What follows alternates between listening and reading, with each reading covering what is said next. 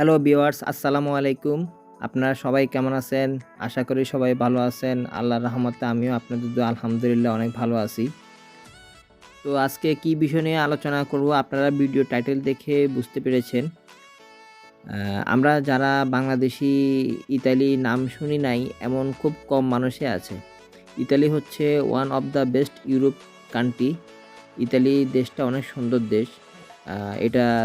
এই দেশটাতে প্রতি বছর হাজার হাজার পর্যটক আসে ঘোরার জন্য এবং ইতালি হচ্ছে বিশ্বের ৫ম দেশ। ইতালির যে রেমিটেন্স দ্বিতীয় সর্বোচ্চ ইনকাম আসে এই পর্যটক খাত থেকে। তাহলে বুঝতে পেরেছেন যে ইতালিতে কি পরিমাণ ভিজিটর যায় বা ভিজিট ভিসা হয়। সো আপনারা যদি ভালোভাবে সব ডকুমেন্ট সাবমিশন করতে পারেন তাহলে খুব সহজেই ইতালি ভিসা পাওয়া সম্ভব। তো আজকের এই ভিডিওতে আমি আলোচনা করব আপনারা কিভাবে ইতালি ভিসা সহজে পেতে পারেন এবং কিভাবে আবেদন করবেন। তো ভিউয়ার্স, ভিডিওটি সম্পূর্ণ প্রথম থেকে শেষ পর্যন্ত দেখবেন, তাহলে আপনারা সব কিছু জানতে পারবেন, বুঝতে পারবেন। তো যারা নতুন ভিউয়ার্স, আপনারা যারা ভিডিওটি দেখছেন অবশ্যই আমার চ্যানেলটি সাবস্ক্রাইব করবেন, আমাকে সাপোর্ট করবেন। যারা সাবস্ক্রাইব করেছেন তাদেরকে অসংখ্য ধন্যবাদ। আর কথা বেশি বাড়াবো না, চলেন মূল টপিকে চলে যাই।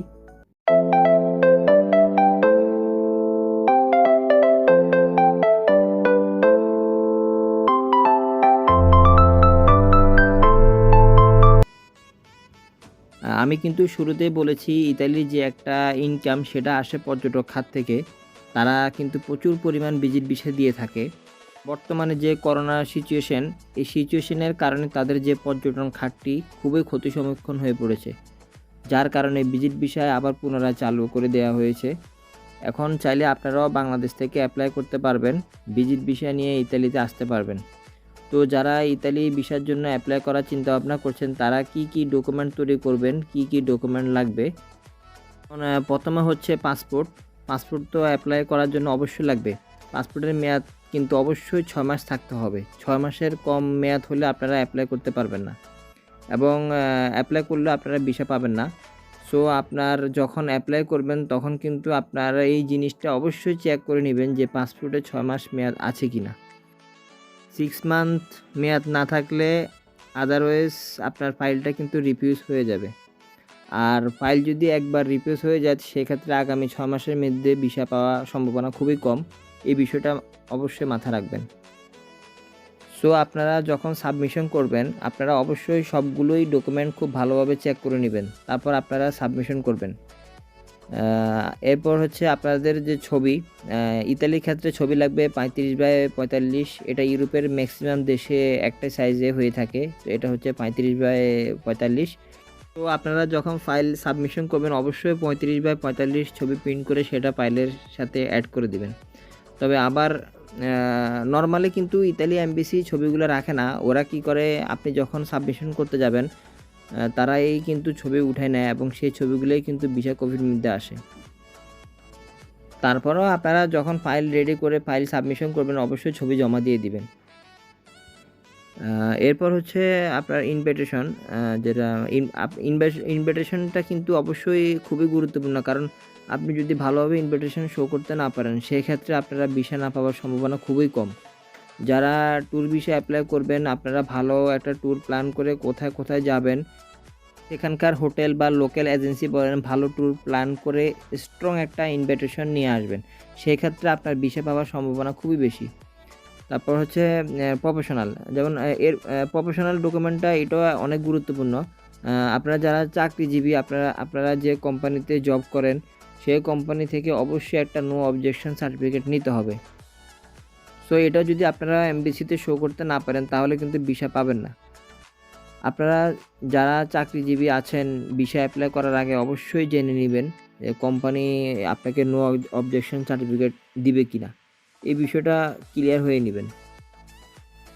তারপর আপনারা অ্যাপ্লাই করবেন। আর যারা ব্যবসায়ী, আপনারা যারা ট্যুরিস্ট ভিসার জন্য অ্যাপ্লাই করবেন আপনাদের কোম্পানির যে ডকুমেন্ট আছে অর্থাৎ ট্রেড লাইসেন্স বলেন, ট্যাক্স সার্টিফিকেট বলেন, টিন সার্টিফিকেট বলেন, এই সমস্ত ডকুমেন্টগুলো অবশ্যই আপডেট থাকতে হবে।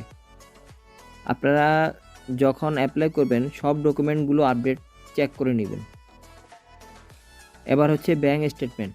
ইতালির ভিসার ক্ষেত্রে সবচেয়ে বেশি যে জিনিসটা দেখা হয়, গুরুত্ব দেওয়া হয়, সেটা হলো ব্যাংক স্টেটমেন্ট। আপনার ব্যাংক স্টেটমেন্ট যদি ঠিক না থাকে, আপনি যদি আপনার ব্যাংক স্টেটমেন্ট প্রপারলি ঠিক করতে না পারেন, তাহলে কিন্তু আপনার ভিসা আনপিউজ হওয়ার সম্ভাবনা বেশি। কারণ ওরা কিন্তু ব্যাংক স্টেটমেন্টটাই বেশি গুরুত্ব দেয় অ্যান্ড ভেরিফিকেশন করে। তো আপনারা যখন অ্যাপ্লাই করবেন, ব্যাংক স্টেটমেন্টটা কীভাবে রেডি করবেন আমি বলে দিচ্ছি। আপনারা যারা চাকরিজীবী, আপনাদেরকে কোম্পানি থেকে আপনাদের অ্যাকাউন্টে যে স্যালারি আসে, সেটা কিন্তু আপনাদের অবশ্যই শো করতে হবে। অর্থাৎ ধরেন আপনি কোম্পানি থেকে প্রতি মাসে 20,000 টাকা বা 30,000 টাকা স্যালারি পাচ্ছেন। তো কোম্পানি থেকে আপনি যে স্যালারিটা পাচ্ছেন, সেই স্যালারিটা যে আপনার ব্যাংক অ্যাকাউন্টে ঢুকছে, এইরকম একটা ব্যাংক স্টেটমেন্ট থাকতে হবে। আর যারা ব্যবসা করছেন, আপনাদের যাদের যে সমস্ত বিজনেস অ্যাকাউন্ট আছে, আপনাদের অবশ্যই ভালো একটা ট্রানজ্যাকশান দেখাতে হবে। আর বিজনেস অ্যাকাউন্টের পাশাপাশি আপনাদের যে সেভিং অ্যাকাউন্ট আছে, সেখানে কিন্তু আপনার ভালো একটা অ্যামাউন্ট দেখাতে হবে। কারণ আপনি যে ইতালিতে ঘুরতে যাবেন, ওইখানে থাকবেন, সেই পরিমাণ টাকা আপনার অ্যাকাউন্টে আছে কিনা ওরা আপনার ব্যাংক স্টেটমেন্টটা চেক করবে। যদি আপনার অ্যাকাউন্টে টাকা পয়সা না থাকে, সেই ক্ষেত্রে আপনার বিষয়টা রিফিউজ হয়ে যাবে। আর যারা ব্যবসায়ী তাদের কোনো সমস্যা নাই, কারণ তারা বিজনেস অ্যাকাউন্টে ইচ্ছে মতন লেনদেন করতে পারেন। কিন্তু যারা চাকরিজীবী তারা কিন্তু ব্যাংক স্টেটমেন্টের ক্ষেত্রে ইনকাম এবং ব্যয় অবশ্যই লক্ষ্য রাখবেন। এই দুইটা জিনিস লক্ষ্য রেখে ব্যাংক স্টেটমেন্ট তৈরি করবেন, তাহলে কিন্তু আপনারা সহজেই ভিসা পেয়ে যাবেন। এরপর হচ্ছে ইন্স্যুরেন্স। ট্রাভেল ইন্স্যুরেন্স এটা সব ভিসার ক্ষেত্রেই লাগে। অনেকগুলা ট্রাভেল ইন্স্যুরেন্স কোম্পানি আছে, সেখানে গেলে আপনারা যতদিন ইতালিতে থাকবেন, 10 দিন হোক বা 1 মাস হোক, যতদিন থাকবেন ওনাদেরকে বললে ওনারা হিসাব করে ততদিনের ইন্স্যুরেন্স করে দিবে। খুব বেশি খরচ না, 1500-2000 টাকার মতন খরচ হবে বা আর একটু বেশিও হতে পারে।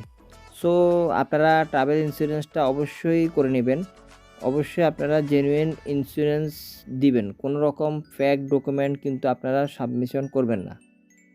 এরপর আরেকটি গুরুত্বপূর্ণ বিষয়, অ্যাকোমোডেশন। এটা অবশ্যই গুরুত্বপূর্ণ, কারণ আপনি যখন ইতালিতে যাবেন, আপনি ওখানে কোথায় থাকবেন এটা কিন্তু অবশ্যই শো করতে হবে। সেক্ষেত্রে আপনাকে অবশ্যই একটা হোটেল বুকিং কনফার্ম করে ফাইলে অ্যাড করে নিতে হবে। আপনি যদি কনফার্ম হোটেল বুকিং শো না করেন, সেক্ষেত্রে কিন্তু আপনার বিষয়টা হবে না। সো আপনারা যখন অ্যাপ্লাই করবেন, বেশি চেষ্টা করবেন, ধরেন মিনিমাম 10 দিন থাকবেন, আপনারা 2-3 দিনের পেমেন্ট দিয়ে হলেও হোটেল বুকিংটা করে দিবেন। হোটেল বুকিং করে সেখানে জমা দিবেন, কোনো রকম ফেক কিছু করার চেষ্টা করবেন না, তাহলেই কিন্তু খুব সহজে ভিসাটা পেয়ে যাবেন। এরপর হচ্ছে অ্যাপ্লিকেশন ফর্ম। ইতালি এমবাসির যে অ্যাপ্লিকেশন ফর্ম আছে, সেটা অনলাইনে পূরণ করবেন। অনলাইনে পূরণ করা খুবই সহজ। তাদের পার্সোনাল যে সকল ইনফরমেশান আছে সেগুলো দিবেন এবং আপনারা আগে কোথাও ভিজিট আছে কি না সেই সমস্ত ডকুমেন্ট দিবেন। আর হচ্ছে ট্যুর প্ল্যান, এই সমস্ত সব কিছু দিয়ে আপনারা ফর্মটা পূরণ করে নেবেন। এরপর সব ডকুমেন্টগুলো নিয়ে এমবাসিতে চলে যাবেন। এমবাসি আপনার সব ডকুমেন্টগুলো চেক করবে, চেক করে তারা আপনার ছবি উঠাবে, ফিঙ্গারপ্রিন্ট নেবে এবং আপনার ফাইলটি জমা নিয়ে নেবে।